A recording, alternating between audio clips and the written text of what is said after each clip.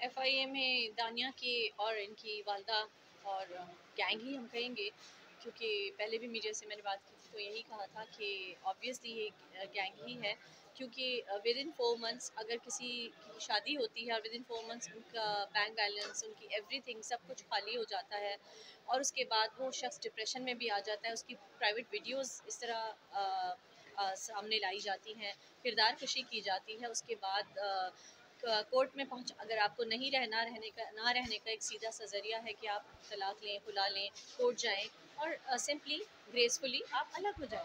पर वो तरीका नहीं इख्तियार किया गया। तरीका खुला लेने का भी कुछ इस तरह का हुआ कि पहले तो वो वीडियोस आप सभी को पता है, वो वीडियोस जारी की गई जिसको उन्होंने सारे एविडेंसेस मौजूद हैं, यूट्यूबर्स को, मीडिया को इंटरव्यूज़ दिए हैं जिसमें उन्होंने माना है, उनका अपना कन्फेशन मौजूद है कि वो उनकी पोस्ट की हुई है, उनकी बनाई हुई हैं। बाद में उन्होंने जब देखा कि वो कुछ मुश्किल में आ गई हैं तो उन्होंने अपने स्टेटमेंट्स चेंज किए।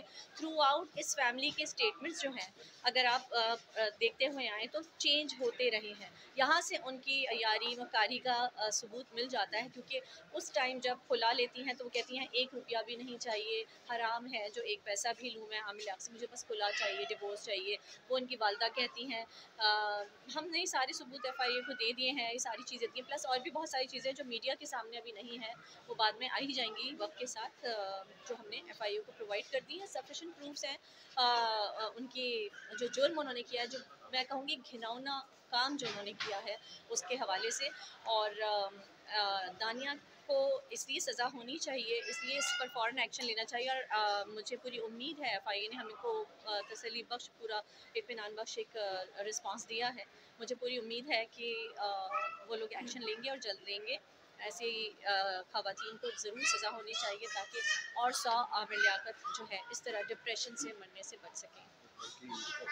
जी बिल्कुल। और तकद्दुस जो स्पेशली जो मियाँ बीवी का रिश्ता है, उसको, उस तकद्दुस को जो पामाल किया है और जो इस रिश्ते को के जो ट्रस्ट को तार तार किया है ना, वो, क्योंकि कोई भी हम सभी समझते हैं कि ज़ाहिर है कोई और शौहर फिर कल को अपनी बीवी को उसके साथ इस तरह रहने में, अपने एक कमरे में, वो भी 100 दफ़ा सोचेगा। शक व शुबा इस रिश्ते का ही इन्होंने कोई इज़्ज़त ही नहीं रखी ना। फिर उसके बाद उनके ऊपर जो इल्ज़ामात उन्होंने लगाए, वो इल्ज़ामात उन्होंने जो लगाए उसके बाद जैसे ही डेथ होती है तो वो फ़ौरन से अपना विड्रॉ कर लेती हैं केस को। हमने यहाँ से लॉयर भेजा, आमिर का लिखवाया हुआ खुद उनका जवाब उनके साइन के साथ with 2 witness, in the presence of 2 witnesses के मौजूद है। रिलीजियस ग्राउंड पे उनको खुला हो चुकी है। रिलीजियस ज़ाहिर है कि निकाह, तलाक, शादी जो है वो शरीयत है, ये पेपर्स जो है ये दुनियादारी है। तो शरण तो उनको खुला हो चुकी है। एंड शी इज़ नॉट बेवा एट ऑल। अभी अपने आप को बेवा क्लेम करती हैं। She is not Aamir Liaquat बेवा एट ऑल। जिस अगर वो जायदाद का मामला हो या कोई भी मामला हो, मैं सिर्फ पैसों की बात नहीं करती, उनको मेरे ख्याल में खुद सोचना चाहिए कि उनकी अपनी भी कोई इंसान थोड़ी सी कहीं सेल्फ रिस्पेक्ट रखता है, पर वो भी नहीं है शायद। तो वो अपने आप को क्लेम करती हैं बेवा। वो बेवा नहीं है, क्योंकि आमिर का वो सारे स्टेटमेंट्स भी साहब हमने एफआईए को भी दे दिए, हमने कोर्ट्स को भी प्रोवाइड कर दी हैं। आमिर के अपने लिखे हुए हैं। आमिर ने खुद एफआईए को भी उस पर वो किया है कि कॉल किया है कि कहा है कि इनके खिलाफ एक्शन लिया जाए, वो भी लिखा हुआ है उसमें।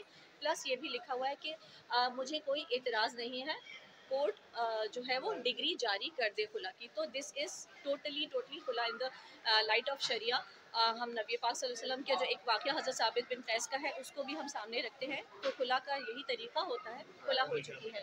प्लस ये कि ज़ाहिर है आमिर का जो उसके बाद इन सब चीज़ों के जो असरात आमिर पर होते रहे, ये वीडियो आने के बाद सभी जानते हैं कि आमिर बहुत स्ट्रांगली अपनी सारी जो भी स्टेटमेंट्स होते थे उनके साथ फाइट करते थे। वो टूटने वाले इंसान थे नहीं, वो लड़ते थे। तो इसके बाद से वो इतने टूट गए थे कि ज़ाहिर मैंने ये बताया पहले भी कि मीडिया के सामने हो, चाहे आम पब्लिक के सामने हो, वो अपने ड्राइवर उनको बताता है कि वो नहीं सफ़र करते थे अब बाय एयर। मैंने जब पूछा कि तुम साहब के साथ बाय रोड क्यों आते जाते, उसने कहा कि साहब नहीं फेस कर सकते थे अब पब्लिक को। वो रोते थे, वो बहुत परेशान थे कि मैं कैसे फेस कर सकूँगा। बहुत उनके और करीबी लोग हैं जिन्होंने ये बताया कि उनको अपने बच्चों तक के सामने आते हुए एक वो होती थी ऑब्वियसली। और इज़्ज़त फिर कहूँगी, इज़्ज़त औरत की नहीं होती, इज़्ज़त मर्द की भी होती है। ये इशू, ये एग्जाम्पल बनना चाहिए, दानिया का केस एक एग्जाम्पल बनना चाहिए ताकि आगे कल अगर ये किसी औरत के साथ होता ना, तो सब खड़े हुए होते, सारी फेमिनिस्ट, सारे लिबरल सब खड़े हुए होते, पर क्योंकि मर्द के साथ हुआ तो कोई नहीं खड़ा हुआ। ये आमिर के ऑनर की बात खाली ये नहीं कि मेरे बच्चों के वो फादर थे, आमिर साहब मेरा एक ज़िंदगी का एक हिस्सा गुजरा है। ये बात एक सोशल रिस्पॉन्सिबिलिटी हम सब की, कि अगर कोई हम जब बातें करते हैं बड़ी बड़ी टीवी पे आके भी हक की बात करते हैं, और क्योंकि मुहर्रम के दिन है तो मैं खुद कहती हूँ कि मैं बीइंग अ फॉलोअर ऑफ हज़रत इमाम हुसैन रज़ी अल्लाह ताला अन्हु, मैं कहती हूँ कि मैं उनसे उनसे लेती हूँ ये सारा, जो ये मेरे मैं कह रही हूँ कि हक बात है, ठीक है कोई नहीं खड़ा होता ना हो, मैं सिर्फ इसीलिए खड़ी हुई हूँ। प्लस ये कि थोड़ा सा सोशल मीडिया पे एक नेगेटिव एक इम्पैक्ट थोड़ा बहुत एक साइड का ये भी आया कि कोई जायदाद का इशू या कुछ ऐसा है, ऐसा कुछ भी नहीं है। क्योंकि मैं तो क्लेम ही नहीं कर रही कि मैं वाइफ हूँ उनकी। हाँ मिस, हाँ बिल्कुल, वो इन्फॉर्मेशन जो मिसकंसेप्शंस जो लोगों ने बनाए हुए थे, और प्लस ये कि दानिया साहिबा थोड़ा जैसे ही हमने ये फाइल किया एप्लीकेशन FIA में, उससे पहले तक तो उन्होंने धमकियों की कोई बात की ही नहीं थी, आज तक नहीं की थी, जब तक नहीं की थी, तो अचानक उन्होंने अगले दिन स्टोरी डाल दी इंस्टा पे, जिसको इतना वायरल कर दिया गया कि मैंने भी धमकियाँ दी थी ये जान से मारने की। तो मुझे तो हंसी आती है ऐसे इल्ज़ामात पे, और इल्ज़ामात लगाने के लिए कोर्ट्स मौजूद है। सोशल मीडिया जो है वो राइट फोरम नहीं है, राइट प्लेटफॉर्म नहीं है। इतने सीरियस नौयत के जब आप इल्ज़ाम लगाएं तो आप कोर्ट आएँ और आके प्रूफ पेश करें, जितने भी आपने इल्ज़ाम लगाए हम मौजूद हैं जवाब देने के लिए। जी।